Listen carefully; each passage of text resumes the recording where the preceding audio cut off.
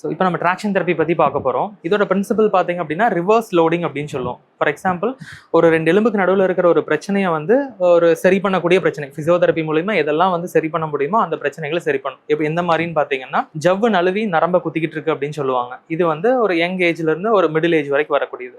Middle ஏஜ்லேருந்து old age வரைக்கும் வரக்கூடியது பார்த்தீங்கன்னா ஸ்பாண்டைலோசிஸ். யங் ஏஜுக்கு வரக்கூடியது பார்த்தீங்கன்னா ஸ்லிப் டிஸ்க்னு சொல்லுவோம். அது நம்ம மெடிக்கல் டேர்ம்ல வந்து டிஸ்கோஜெனிக் லம்பார் இல்லை சர்வைக்கல் ரேடிகுலோபதி அப்படின்னு சொல்லுவோம். இதே ஓல்ட் ஏஜ்ல பார்த்தீங்கன்னா லம்பார் இல்லை சர்வைக்கல் ஸ்பாண்டைலோசிஸ், அதாவது கழுத்தெலும்பு தேஞ்சு அந்த தேய்மானத்தினால வளரக்கூடிய எலும்பு வந்து நரம்ப குத்திட்டு இருக்கிறதுன்னு சொல்லுவோம். யங் ஏஜ்ல வரக்கூடிய ஜவ்வு நழுவி நரம்ப குத்துறதையும் வயசாகும் போது வரக்கூடிய அந்த எலும்பு வளர்ந்து நரம்ப குத்தக்கூடிய 2 விஷயத்துக்குமே வந்து இந்த ட்ராக்ஷன் தெரப்பிங்கிறத கொடுத்து we can reduce the pain.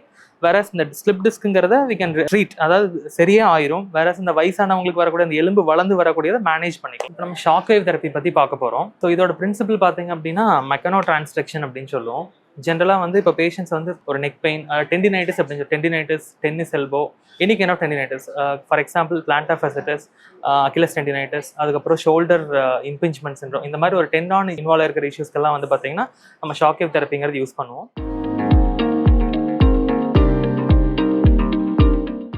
So இப்போ நம்ம லேசர் யூனிட் பற்றி பார்க்க போகிறோம். லேசர்ங்கிறது நத்திங் பட் ஒரு லைட் பீமை வச்சு ட்ரீட் பண்ணக்கூடிய ஒரு தெரப்பி. இதோட பிரின்சிபல் பார்த்தீங்கன்னா ஃபோட்டோ பயோ மாடுலேட்டிவ் எஃபெக்ட் அப்படின்னு சொல்லுவோம். அப்படின்னா என்ன மீனிங் அப்படின்னா, it can able to stimulate as well as inhibit. அதாவது இது வந்து ஒரு செல்லுலார் மெக்கானிசமை வந்து என்ஹான்ஸ் பண்ணும், இன்ஹிபிட் குறைக்கவும் செய்யும். சரிங்களா?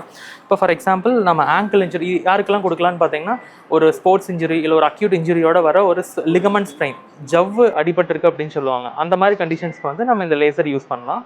ஸோ இது எப்படி யூஸ் பண்ணுறோன்னு பார்த்துக்கலாம்.